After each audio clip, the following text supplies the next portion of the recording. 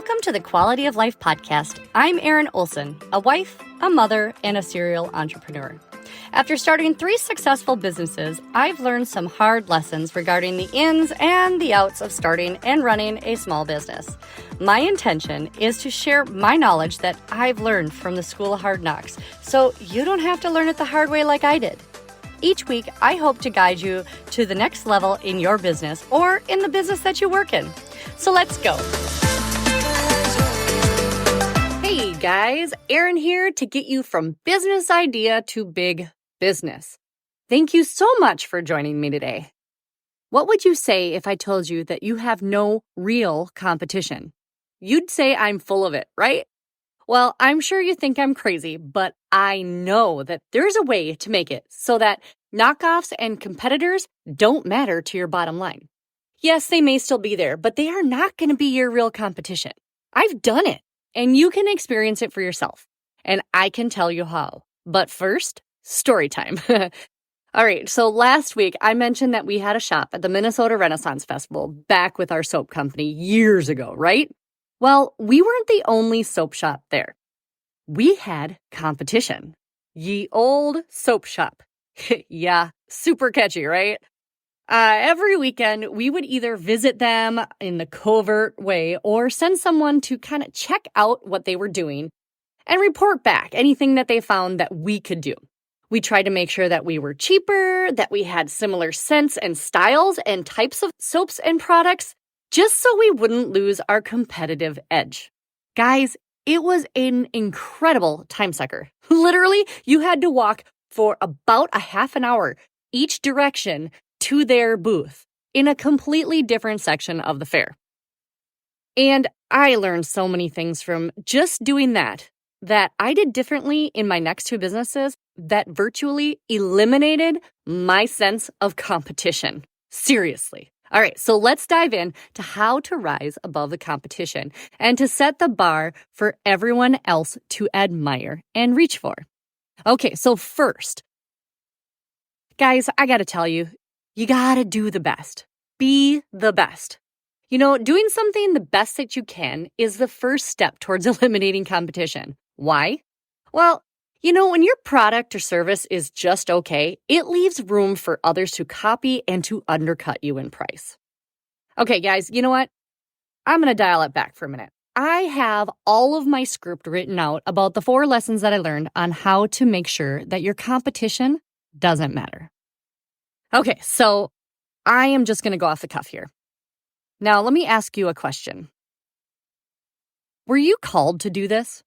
I mean, really?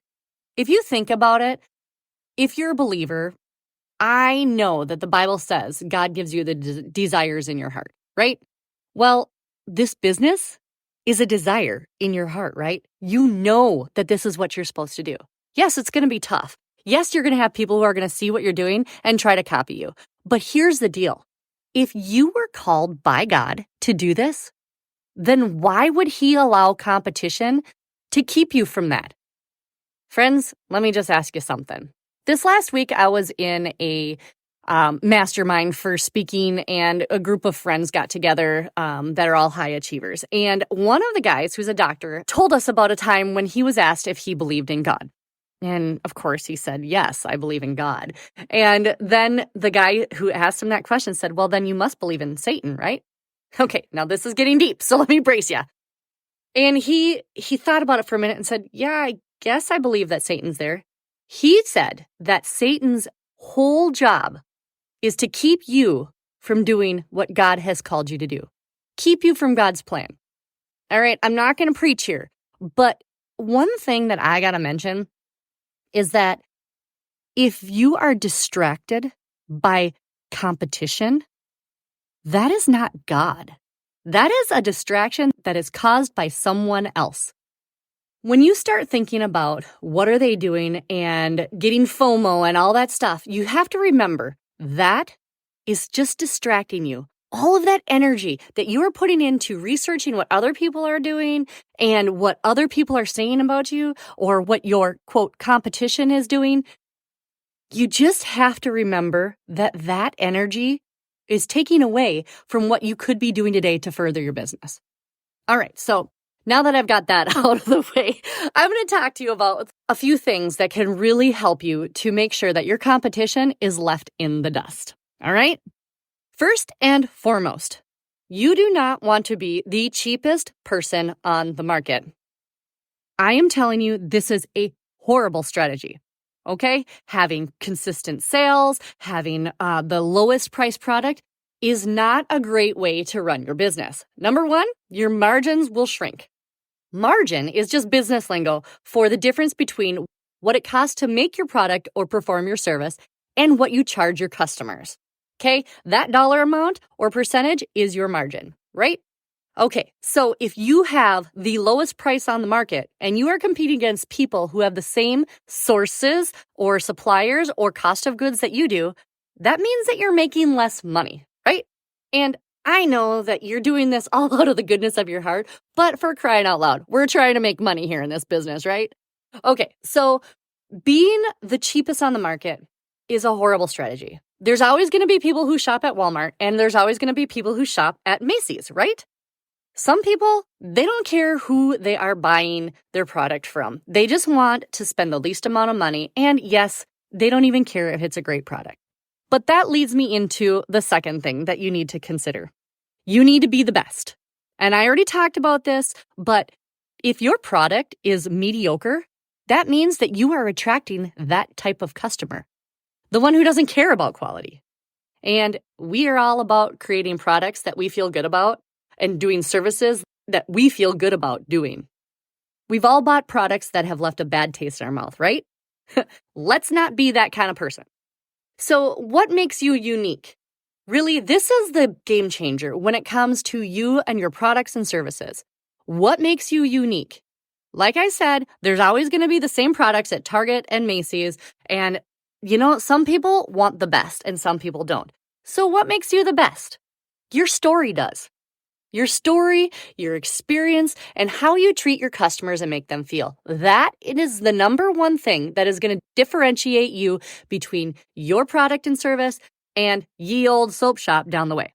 Now, ye old soap shop, they had a decent product, but their customer service was really lacking, in my opinion. Now, I'm sorry, guys. I'm not trying to judge other people because, you know what? That's their journey and not mine. But here's the honest to goodness truth. If you are doing the best you can, you have a good product and you have a story and you tell that story and you make your customers love you because of your story and how you treat them, they will continue to keep coming back for more and more. And that is the bottom line to success. Having repeat customers and customers that tell everybody else all about your product and your service. So when you start having raving fans, then you will start to have people that will fight for you. When other people take your product, copy it, and then undercut you. Now, let me tell you about a story at Hay Chicks. So we had a product called the Free Up Feeder. It is a wall mount hay feeder that we designed and invented. We were the first to the market with it. And I will never forget the day that I walked into a trade show in Madison, Wisconsin, and I saw a direct knockoff of what we had created for way less money. I was ticked off. Let me tell you. I was like, holy crap, this is a patented product. And they're just knocking us off. Ours sold for about $100. Theirs sold for about $50. And they were getting them made in China. We were making them here in the US. So they were actually making more money than we were. But here's the deal. Once we told our customers all about how our product is made here and supported people here in America and how we came up with the idea, that product, yeah, they sold some, but the competition wasn't even a thing. And that was a really hard thing to wrap my head around. Every time that somebody would email us or text us or message us on social and they would tell us that somebody else was knocking off our product and selling it for way less, I just let it go because I realized that when I am doing what I believe that I'm called to do, there is no such thing as competition. So what about God, right? I talked about him. Here is what the Bible says. There are a couple verses in the Bible that I know one you've for sure heard, and that is Colossians 3:23 that says, work willingly at whatever you do as though you are working for the Lord rather than people. Work for God, not people. Do not seek their approval either. Let me just tell you that much. But here's something that when I think about how distracted I became when I started focusing on my competition, this is what really spoke to me. It's Hebrews 12:2. Let us strip off every weight that slows us down, especially the sin that so easily trips us up, and let us run with endurance the race that God has set before us. We do this by keeping our eyes on Him. Now, I know that in this market, you do have to keep up with what people are wanting. So you do have to do some research on your competition. And really, that research, if you can, I would pass off to somebody else so that you can focus on where you're going and not what other people are doing. If you can't afford to hire somebody to go and research your, quote, competition, do a quick search, look for hashtags, look for other people in the area, see what they're offering, see their price points so that you can be in the same ballpark. But guys, don't focus on it. All right, guys, I know that this is probably not what you thought. And you're probably focused way too much on what your competition is doing, and it is distracting you from being your best, doing your best, and moving forward with your business. Don't let that happen. Take hold of your attention and put it towards something that's good for you, growing your business. All right, guys, well, I hope that this helped you. Even though I went totally off script, I hope that this really resonated with some of you out there because I'm telling you, there is no such thing as competition. You were called to do what you're doing. You know it, and God knows it.